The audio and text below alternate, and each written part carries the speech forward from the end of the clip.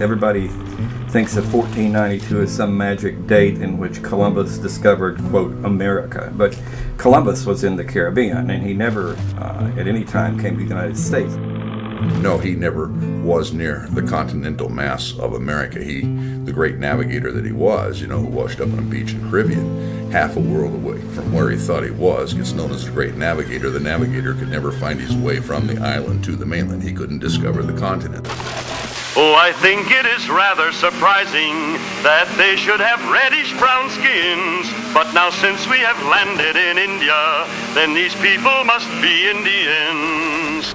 It's very interesting that Columbus's first comments regarding the Native American or the indigenous people was that they were very loving, giving. They would trade or give anything that they had. They were without malice, without guile. The whole concept that Columbus thought these were savage people was totally incorrect.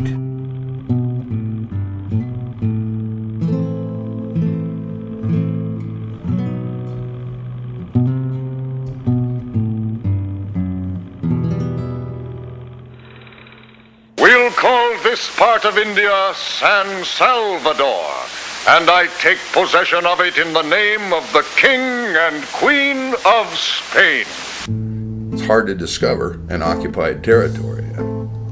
I often go for the first time to visit people who have moved into the area.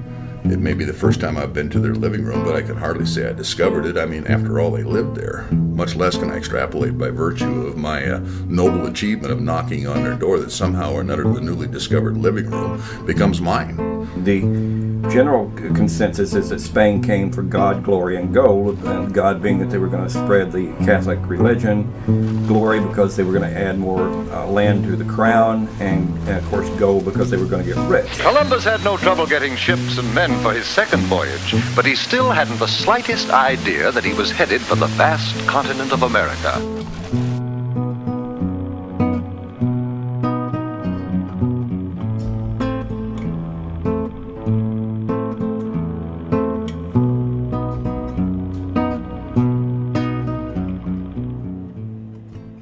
They issued documents to the native people to be read to the native people, saying if you don't convert to Catholicism and give us the gold, we will do all types of harm to you. We will kill your families. We will take your land. We will enslave you. And when native people didn't tell them where the gold was, or in many cases didn't know where the gold was, the Spanish simply tortured these people. They burned them at the stake alive. They had large hunting dogs that they fed the Indians to. It was death and destruction. Bartolome de las Casas, who was there during Columbus's tenure as governor of the island, placed the beginning population at about 3 million. 20th century historical demographic studies had placed it as high as 8.5 million. Whatever the reality actually was, it had been reduced to about 100,000 by the time he left, and by 1550, it was gone, extinct.